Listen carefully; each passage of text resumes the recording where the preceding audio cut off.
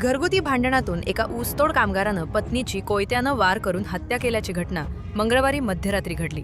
पती पत्नीमध्ये झालेल्या वादाचे रूपांतर हिंसक कृत्यात झालं. आरोपीनं पत्नीच्या गळ्यावर व मानेवर सपासप वार करून तिला जीवे ठार मारलं. पोलिसांना घटनेची माहिती मिळताच त्यांनी अवघ्या 2 तासात आरोपीला ताब्यात घेतलं.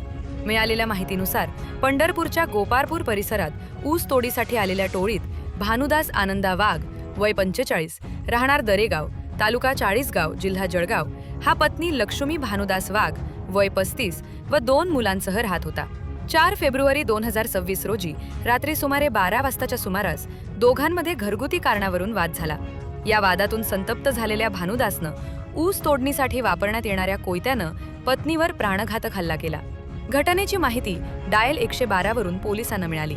आरोपी अंधाराचा फायदा घेऊन पळून जाण्याच्या तयारीत असताना पोलिसांनी परिसरात शोध मोहीम राबवून त्याला अटक केली असून त्याच्या विरुद्ध खुनाचा गुन्हा दाखल करण्यात आला आहे.